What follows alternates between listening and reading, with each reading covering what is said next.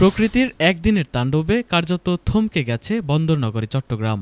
৪২ বছরের রেকর্ড ভেঙে হওয়া টানা ভারী বৃষ্টিতে তলিয়ে গেছে নগরীর বিস্তীর্ণ এলাকা। জলাবদ্ধতায় দেয়াল ধসে প্রাণহানির ঘটনা ঘটেছে। স্থগিত করা হয়েছে উচ্চ মাধ্যমিক পরীক্ষা, ব্যাহত হয়েছে আকাশপথের চলাচল, আর সর্বশেষ বন্ধ হয়েছে চট্টগ্রাম কক্সবাজার রেল যোগাযোগ। এতে চরম ভোগান্তিতে পড়েছেন শত শত যাত্রী।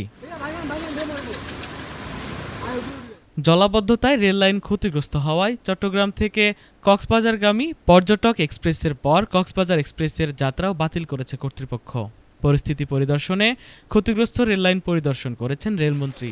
তিনি জানিয়েছেন, রেললাইন নিরাপদ ও পরিস্থিতি স্বাভাবিক হলেই পুনরায় ট্রেন চলাচল শুরু হবে। বর্তমান সরকারের ভবিষ্যৎ চিন্তা হচ্ছে যে আমরা এই লাইনটাকে আরো 5 ফুট উঁচা করব। তাতে যেতে হবে ইতিমধ্যে টেন্ডার প্রক্রিয়া হয়ে আছে প্রায় 47 কিলোমিটার। এটা যদি যখন উঁচা হয়ে যাবে 5 ফিট, তখন পানি এই জায়গাটা 2-3 ফিট বাড়লেও তখন রেলের আর সমস্যা হবে না চলাচল।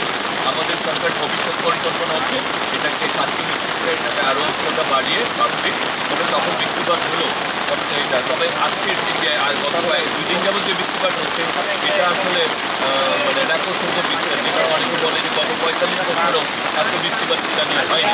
সুতরাং তারিকুল ইসলাম, এটিএন বাংলা, চট্টগ্রাম।